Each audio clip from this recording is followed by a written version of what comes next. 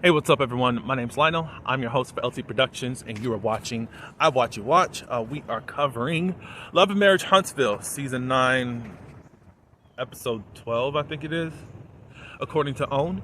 I appreciate everyone for coming to my channel. Please like this video and also subscribe to my channel, and you can leave your comments below. This finale, as they call it, I don't have much to work with, so we're going to be here for just a little time, for a good time. Let's get into this episode. Okay, so I thought it was cool as far as the season finale being around the Fletcher's marriage, vow renewal. And if you want to call it action that we got at the end, cool. But it's just kind of falling flat to me. But y'all let me know how y'all feel in the comments. So we start off the episode where we left off, and it's superstar Sunny coming in. We didn't really get to finish whatever was going on with Mel. She comes in and she feels attention. Sunny does, sits by Mel. She and Mel go off someplace else to go get a drink. Of course, we know that Destiny was feeling a certain type of way. Nell finally shows up. It looks very boring at this bachelorette party, because it's like, what happened? So they're going to be painting these men, which is cool. Nell cracks this joke.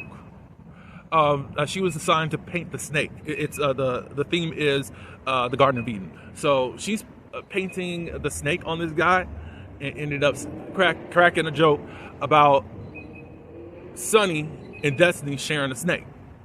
And then of course Sunny's like, she said it the right way, I think.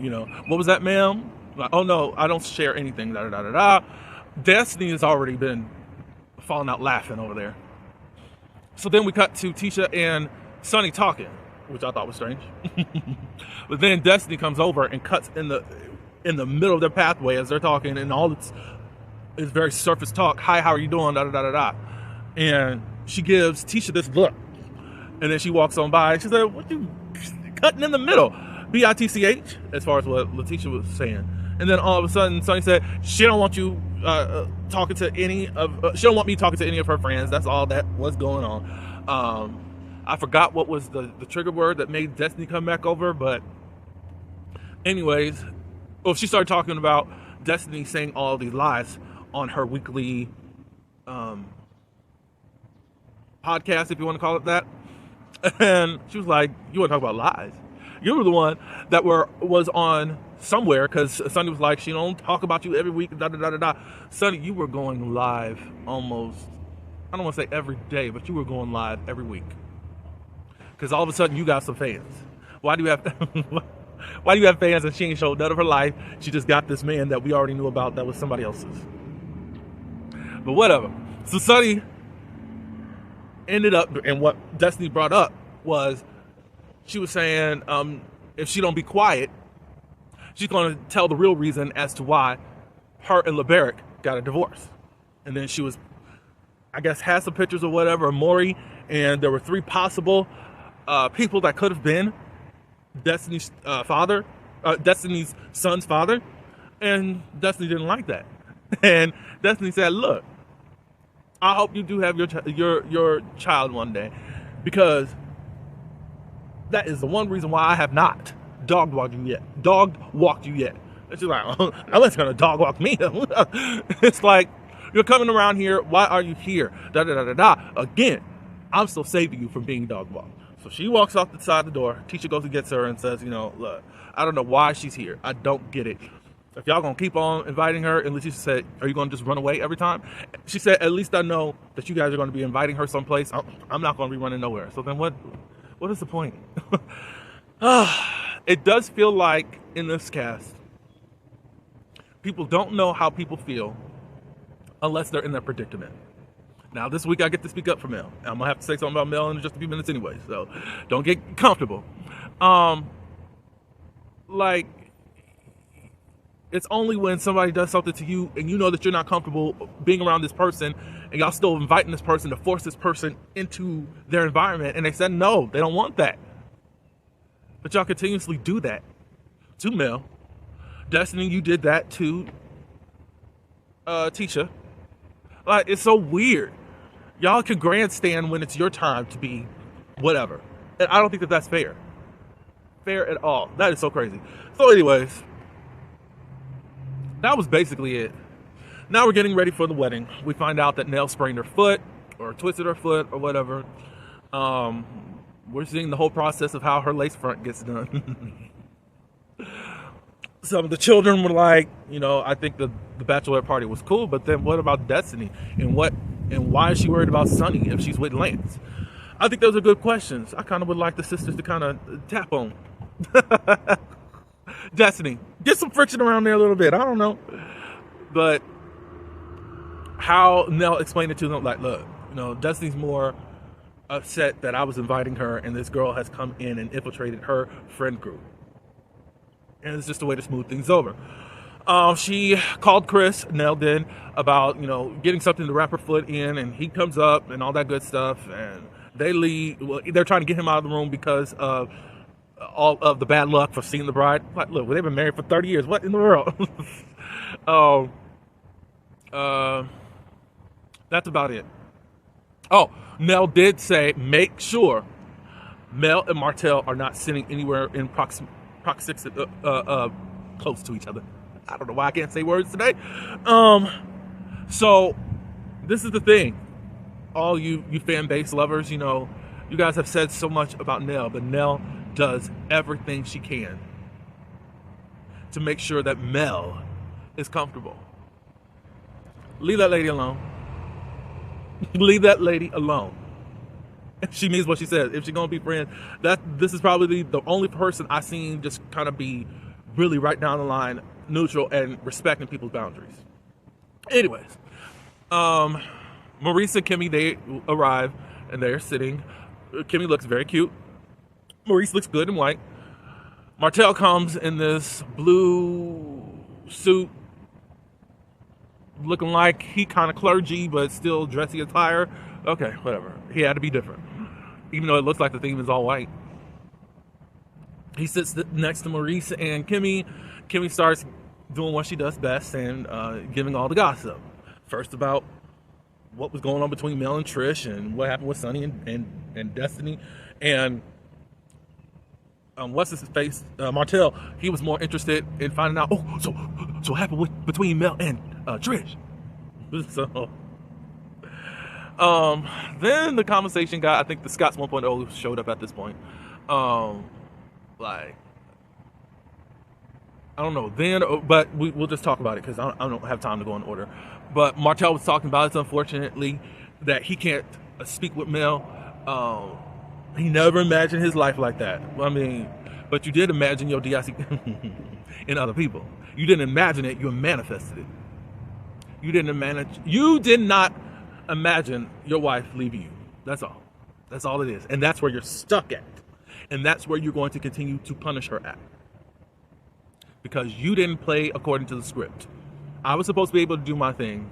You were supposed to forgive me. I can go back out there and do that whenever I choose. But anyways, he's still talking about, I still want to get married. I still believe in marriage. Okay, it's probably going to be 4 or 5 years later, down the road. And basically, he's saying that he can't find nobody. Of course you're not. But for some reason, Coleslaw still wants to stick beside you. Like, Coleslaw, don't you know that you have evaporated? Like, you are... He has no plans. He does not love you, nothing. And probably hates that he gave you a baby. And he is just around to have somebody, some convenient pee. I'll put it like that. You'll never have. I'm 36 years old, bro. Okay. And you're so crazy that you really think that this man really wants you, and he don't claim you on national TV. He knows that you're not the one. I'm not that girl. If you watch Wiki, so you're dumb. But what else is new? So Mel, what's the name? When the Scots 1.0 they come, they're sitting on the same row, but on the another section, and they see Mel and what's his face? Marcel says, "Mel, hey." Just being stupid. Of course, y'all gonna read into that he's just got this puppy dog love for her. Whatever. He's just being extra. The wedding starts, all that good stuff. The reception part. The ladies get around. And for some reason, some are just so dumbfounded that Mel was sitting on the other side. And Destiny says it's so unfortunate that she wants to isolate herself. She did that herself. She's doing that because she don't like y'all. Mel did say something about Marcel and them. She said it's so interesting that they want to sit around Martel after they had this big blow up. But that's how they are. They are fake. What they are, is it fake? Basically fake. I said, well, Mel, you're fake too. You just come around people. Ay, ay, ay, ay, ay. The only thing that shows you're not fakeness is when you say you want to leave. But the whole group does that. All y'all do that. Y'all are so fake. And at this point, y'all are just kind of like anti-reality. I understand everyone does not get along, but it just seems like y'all just showing up. And it's just so ridiculous. This huge episode order is not necessary because these jokers don't really want to be around each other. Sorry. Anyways, the reception starts. The ladies get around each other, not what's her name? Mel. So they talk about everything. Seemed like it was the bachelorette party was pretty good. And then Trish gonna say, especially after when the trash left, I said, ma'am, why is this like this? So it looks like there is a bigger feud. That is so weird, Trish. Like, I can't defend that, and I don't even. And basically, it all boils down to you were messing around with her man at any capacity, and this is where this whole friction is coming from. It's sad, y'all. Lance comes by, and Destiny says hello, and Kimmy picks up that. Oh, that was kind of cold. The next thing you know, he comes back over and he said, I think Destiny says, like, you look pretty good, cute, or whatever. And he said, well, it looks like you think a lot of people are cute. And then, oh, is something wrong? No. And then he walks off. Destiny does not like that type of sass. I said, now you're going to call that dude sassy because he brought up something. Then it was taught that Kimmy was really bringing up something, really made something an issue that Destiny was making googly eyes at her event. Nell had words about that, but she's like, they're dating casually. What I got to say? Anyways, Nell still went back to Lance about it, it seems like. So Kimmy's like, well, what's going on? Are y'all dating serious or what? We're dating and I can do what I want to. But then you get mad when someone points out that you're making googly eyes. What is it? You can't be upset. If y'all are exclusive, you're exclusive. If you're not, you're not. Later on that night, she talks and said, look, I prefer you pull me to the side if you have something to say. And I think that that's cool. We got a glimpse of what the male's bachelor party was. Of course it's going to be strippers. And then now Martel said, can I get up on the stripper? Like, no. I'm glad they told him that. Like, be respectful. She's just doing a private show. I'm just doing some dancing. That's it. If you know the Players Club. Later on, the bishop who was marrying Nell and Chris, he passed out. I think it's heat exhaustion. So at the round table where most of the cast is sitting at, Martel pulls up a chair. Mel is there, and she gets up and she's ready to go. She tells Nell and all of them, I'm going. She did not make a spectacle of herself, which was cool. She didn't announce, I'm going to go. You know, those kind of dramatic things. She's like, no. So that was it for that. Chris and Trish, they argue. He's fed up with what Trish is doing as far as all this deception. She says Martel lives in his head rent-free, and also Marquez. I'm like, that's not really fair, Trisha, because there's something always coming out about whatever happened between you and Martel. He said that I don't have a problem with Martel, I have a problem with you not being integral about it. Well, who cares? You're the problem, Ken says. And she says, you're the problem. You're arguing, not really hearing him out. He ends up leaving. And that was the end of the episode. I thought she was about to get up to tag him. Like, I said, what's about to happen? So I thought something physical happened, but whatever. Yeah, Trish, you're not really being fair in this whole situation. It was in the past. You brought it up. You haven't been straightforward about it anyways, even when it's been revealed.